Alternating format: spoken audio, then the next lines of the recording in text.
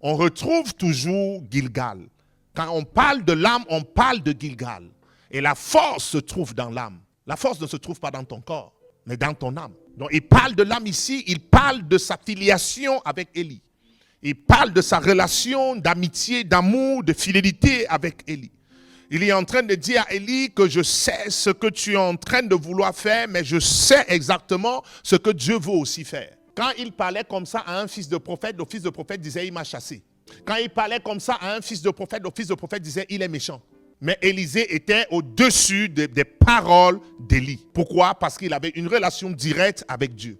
Donc il pouvait faire la distinction, la séparation entre ce que Élie dit et ce que Élie pense. Parce que dans ce cours, il veut voir si Élisée veut vraiment ce qu'il désire. Mais si Élisée est un enfant, il va dire papa me chasse, il ne m'aime pas. Est-ce que tu es prêt à recevoir ce que Dieu a donné par le canal de papa? Et je t'ai dit, pour recevoir l'onction, pour vivre dans la maison de Dieu, pour vivre dans le corps de Christ, en d'autres termes, tu dois vaincre l'offense. Parce que tu ne peux pas vivre dans la maison de Dieu, tu ne peux pas vivre dans le corps de Christ sans être offensé. Si tu as été offensé dans ta maison biologique où tu es né selon la chair, ça veut dire que tu peux aussi être offensé à l'église. Mais depuis que tu as été offensé dans ta famille, tu n'as pas rejeté ta famille. Pourquoi tu rejettes ta famille spirituelle quand tu es offensé? Tu as été offensé dans ta famille biologique. Je ne sais pas. Est-ce qu'il y a quelqu'un qui n'a pas connu l'offense dans sa famille? Tu as été offensé dans ta famille, mais tu n'as pas rejeté ta famille.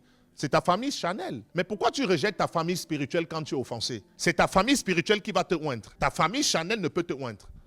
Et je ne te demande pas d'abandonner ta famille charnelle. Ne m'en comprends pas mon enseignement. Mais la question que je te pose, c'est pourquoi quand tu es offensé dans ta famille spirituelle, tu quittes ta famille spirituelle? Parce que si tu peux supporter ta famille charnelle, tu peux aussi supporter ta famille spirituelle. Et en passant, je veux t'avertir que tu vas vivre l'éternité avec ta famille spirituelle. Tous nos pères ont vaincu l'offense. Je peux te citer, Jésus a vaincu l'offense. Il a été offensé dans sa patrie. Il a été offensé dans même son pays. Il a été offensé parce qu'il avait été envoyé pour les Israélites. Ils l'ont rejeté. Il a été offensé dans sa patrie. Il a été offensé par ses disciples. Il disait, c'est moi qui vous supporte. Il parlait, il ne comprenait pas. Donc il a été offensé, mais il a vaincu l'offense. Il a aimé Pierre. Il a été offensé par Pierre. Il a été offensé par Judas. Il les a aimés. Tu dois vaincre l'offense. Quelqu'un me suit ici?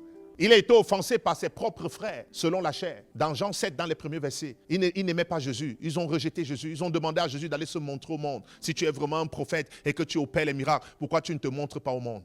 Jésus a dit, je ne suis pas comme vous. Le monde vous accepte parce que vous êtes comme le monde. Mais ses frères ont été sauvés.